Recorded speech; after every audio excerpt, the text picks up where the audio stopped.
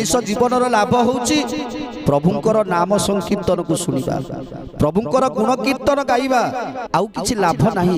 एकमात्र लाभ होउची जदि आमे गोविंद को भाव करिबा जदि विष्णुकर नाम को स्मरण करिबा कहार पर चर्चा पर कीर्ति पर गारिमा भाबिबा को बंद करि दवा। किए कोन कला किए कोन न कला किए कोउटी भूल कला किए कोउटी ठीक कला से सब को न भाबी केवल प्रभुंक पादरे लय रखी प्रभुंक कथा चिंतन करी आमे जदि आम कर्म पथरे आगे जीवाना ताहले से गोटे होउछि लाभ आउ किछि संसार रे लाभ नाही। लाभ क्षति जदि विचार करा जाए केवल लाभ होउछि गोविंद को पाखरे समर्पण हे जीवा। निर्मल करी बुद्धि मन निरते करिब कीर्तन